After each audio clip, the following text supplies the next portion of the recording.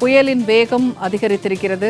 சென்னைக்கு தெற்கே 530 கிலோமீட்டர் தொலைவில் டிட்வா புயல் மையம் கொண்டிருப்பதாக தகவல் வெளியாகியிருக்கிறது. அதன் வேகம் மணிக்கு 10 கிலோமீட்டராக அதிகரித்திருக்கிறது. கூடுதல் தகவல்களை தருகிறார் செய்தியாளர் லாவண்யா.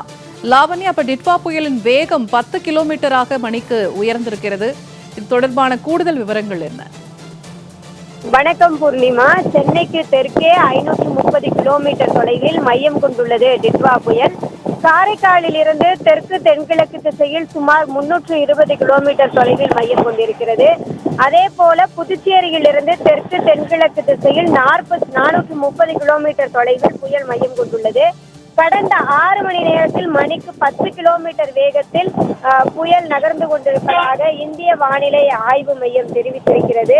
அதிலும் குறிப்பாக டிட்வா புயல் காரணமாக காற்றினுடைய வேகம் அதிகரித்து வருவதால் பட்டினம்பாக்கம் முதற்கொண்டு கடற்கரை தமிழகத்தில் தொடர்ந்து இந்த காற்றினுடைய வேகம் அதிகரித்து உள்ளதாக தகவல்கள் வெளியாகி இருக்கிறது. சென்னையை பொறுத்தவரை பட்டினம்பாக்கம், மெரினா, பெசன்ட் நகர் முதலான கடற்கரை பகுதிகளில் தொடர்ந்து தரைக்காற்றினுடைய அளவு அதிகரித்து காணப்படுகிறது.